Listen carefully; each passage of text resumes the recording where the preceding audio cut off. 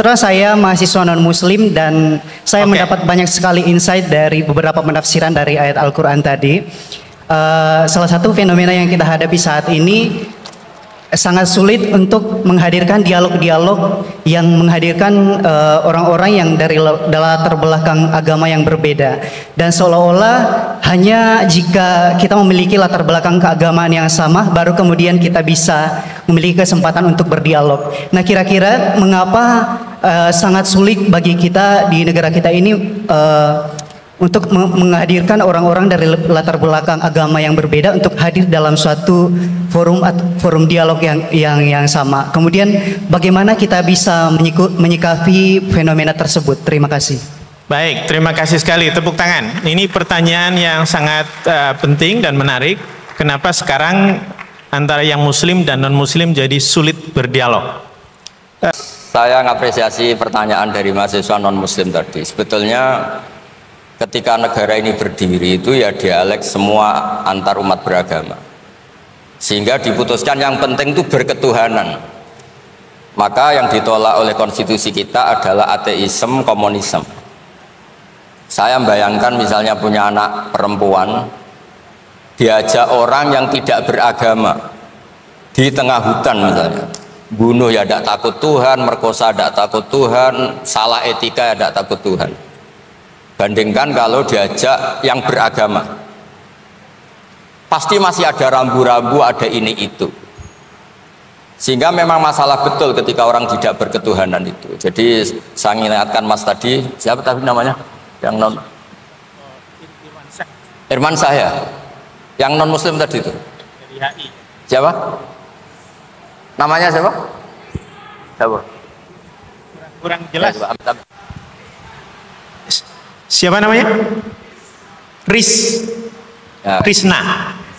Krisman. Oke, namanya Krisman.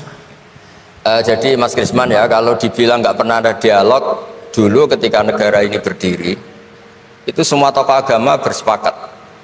Termasuk saat itu ya ada Perindo, selain ada NU ada Perindo. Itu yang ditentang itu adalah ateisme, karena kalau orang tidak bertuhan itu ngerinya itu ya tadi misalnya kita punya anak perempuan atau punya keluarga, diajak orang yang tidak beragama, misalnya berzina ya tidak takut dosa, merkosa ya gak takut, bunuh ya gak takut, karena gak punya Tuhan.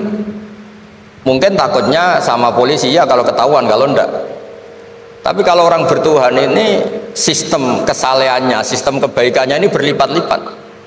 Takut hukuman Tuhan, takut sosial, takut ini itulah, sehingga kita bersepakat berketuhanan.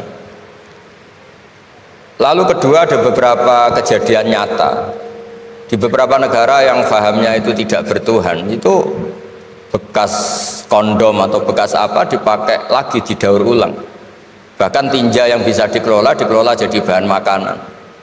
Kalau yang beragama tidak, termasuk mungkin di ilmu medis ini tidak wilayah saya, tapi saya cerita mungkin masalah-masalah kayak ya apa hal-hal yang menurut kita dilarang, menurut agama mereka enteng saja, misalnya bikin cadangan-cadangan organ tubuh dan sebagainya. Kalau beragama itu masih enak, aturannya jelas. Kalau nggak beragama itu repot.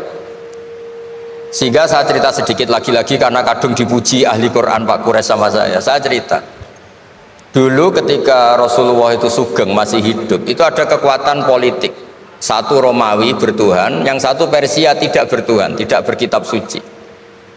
Ketika Romawi kalah, itu Rasulullah itu susahnya bukan main, karena yang masih mentautkan diri dengan Tuhan kalah sama yang sudah tidak bertuhan. Dan ketika akhirnya Persia yang kalah, yang menang Romawi, Nabi itu ikut senang karena yang bertuhan mengalahkan yang tidak bertuhan.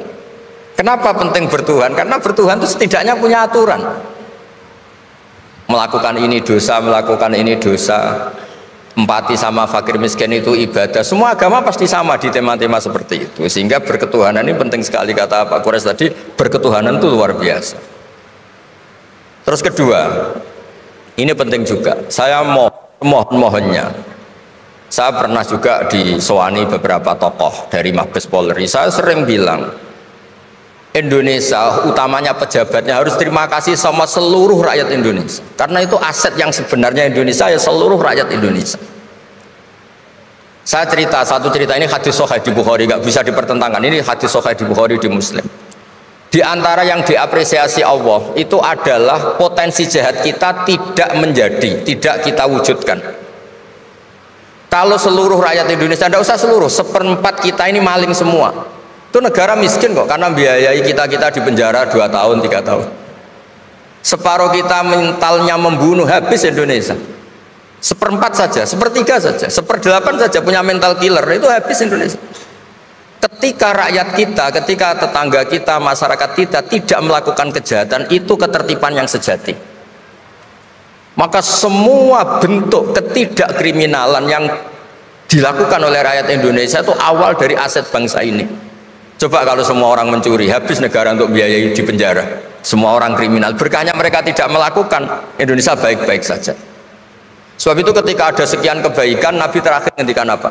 Takufu syarroka anin nas fa innaha shadaqatun minka ala nafsik. Potensi jahat kamu jangan kamu lakukan, itu sudah menolong peradaban. Para gadis tetap gadis karena nggak diperkosa. Orang yang punya kambing satu tetap punya kambing satu karena nggak dicuri. Orang yang berkarir tidak terhenti karena karakternya nggak dibunuh, tidak dihujat, tidak dihentikan, tidak disetop oleh cibiran, oleh bulian. Maka di antara 7 orang yang dilindungi Allah, fi dzillihi yauma la dzilla illa dzilluh, itu Nabi hanya cerita orang yang nggak jadi. Di antara yang diceritakan Nabi dalam sebuah hadis, saya ini lelaki sejati, sangat mencintai sepupu saya, dan saya mau ngumpuli dia, tidak mau sampai saya kasih uang 100 dinar. Setelah saya kasih 100 dinar, saya ingin ngumpuli dia dengan cara salah tentu. Dia gak mau dan berpesan, la tafuddal khatam illa bihaqqi. Kamu jangan ngumpuli saya sebelum nikah. Singkat cerita, pemuda ini gak jadi melakukan hal yang nista, yang gak benar.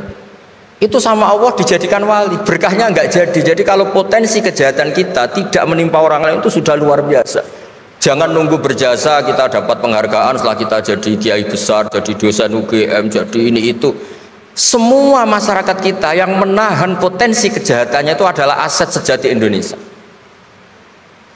Karena sekali mereka berkejahatan, entah itu mencuri, merkosa, habis. Harapan kita sebagai bangsa habis. Tapi selama ini nunggu ngapresiasi itu yang bentuknya fi'lu, yang bentuknya mereka melakukan apa, sebetulnya enggak. Tidak melakukan kejahatan itu sudah bagian dari kebaikan yang luar biasa.